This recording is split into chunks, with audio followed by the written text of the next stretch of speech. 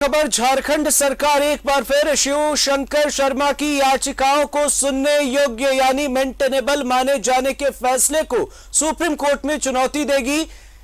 SLP दायर करेगी सरकार। 6 जून को हाई कोर्ट के वेबसाइट पर 79 पेज के फैसले की प्रति अपलोड की गई है। शिवशंकर शर्मा की खान आवंटन और शेल कंपनियों से जुड़ी 2 याचिकाओं पर 3 जून को झारखंड हाई कोर्ट ने सुनने योग्य माना था और कहा था कि अब इसकी मेरिट पर सुनवाई होगी। हाई कोर्ट ने यह कहा था कि याचिका में जितनी बातें कही गई हैं उसे नजरअंदाज नहीं किया जा सकता। सर्वोच्च न्यायालय के 24 मई के फैसले के बाद झारखंड हाई कोर्ट में रिट याचिका 727 ऑफ 2022 और रिट याचिका 4290 ऑफ 2021 पर हाई कोर्ट का मेंटेनेबिलिटी पर फैसला आया। सहयोगी दीपक का रुख करते हैं। दीपक, क्या कुछ ये पूरा मामला, हालांकि उम्मीद जाहिर की जा रही थी कि आगे जल्द से जल्द ये अपलोड होंगे, पर अपलोड होने के बाद कहीं ना कहीं एक अहम तस्वीरें उभर कर सामने आ रही। जी अमृत, ऐसा है कि ये 3 जून को हाई कोर्ट ने फैसला सुनाया था 3 याचिकाओं पर। इसमें शिवशंकर शर्मा की 2 याचिका थी। एक था खान आवंटन मामले से संबंधित जो 727 ऑफ 2022 था, और एक था सेल कंपनियों से जुड़ा हुआ मामला जो 4290 ऑफ 2021 था। इन दोनों मामलों पर राज्य सरकार कर रही थी कि इसमें पुराने दस्तावेज लगाए गए हैं जो सुनने योग्य नहीं है, मेंटेनेबल नहीं है, और इसको लेकर पूर्व में भी राज्य सरकार सुप्रीम कोर्ट गई थी। तो सुप्रीम कोर्ट ने ये कहा था कि क्योंकि मामला हाईकोर्ट में लंबित है, इसलिए हाईकोर्ट सबसे पहले सुनवाई करने से पहले मेंटेनेबिलिटी, उसे सुनने योग्य लायक है कि नहीं ये याचिका, उस पर अपना निर्णय दे, फिर उसकी मेरिट पर बहस होगी, आगे बहस होगी।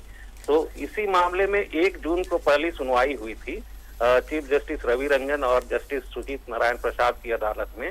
तो उस दिन क्या हुआ था कि अदालत को बोला गया कि हमने जो सुप्रीम कोर्ट की जो गाइडलाइंस थी उसके आधार पर हमें समय दिया जाए।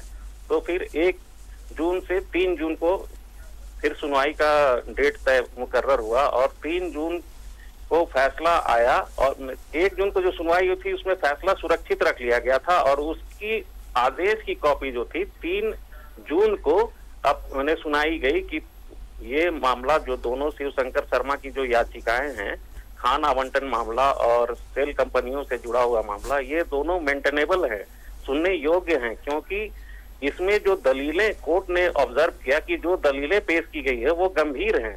और उसमें खान आवंटन मामले में तो यहाँ तक कहा गया कि एक मुख्यमंत्री ने अपने पद का दुरुपयोग करते हुए खान माने स्टोन माइंस की लीज आवंटित कराई, जो गंभीर है। ईडी के जो दस्तावेज हाई कोर्ट में प्रस्तुत किए गए उसमें कई गंभीर मामलों की ओर इशारा किया गया और ईडी ने ये कहा कि इस तमाम बिंदुओं पर ये कहना मुनासिब होगा, ये सीबीआई को दिया जाए, क्योंकि सेल कंपनियों के द्वारा अवैध खनन का पैसा इधर से उधर किया गया। जी अमृत, ये दोनों शिवशंकर शर्मा की जो याचिकाएं थी उसको अदालत ने कहा कि ये मेंटेनेबल है, सुनने योग्य है, और इस पर अब जो है सरकार की तरफ से उसकी मेरिट पर बहस की जाए, न कि उसे वैध या अवैध के मामले में। बिल्कुल बिल्कुल, नजर बनाए रखिएगा दीपक, आगे भी आपसे अपडेट लेंगे। बहरहाल बहुत बहुत शुक्रिया इन तमाम जानकारियों के लिए।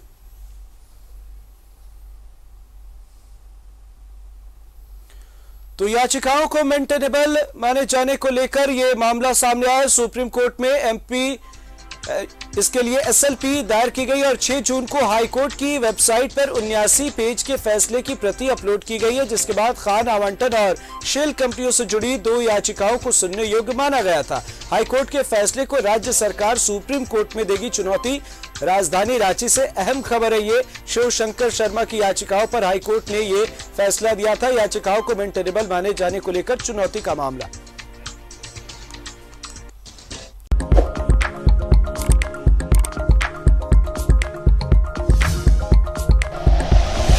Like and share videos, subscribe करें हमारा चैनल और प्रेस करें बेल आइकॉन। न्यूज़ 11 भारत, सच है तो दिखेगा।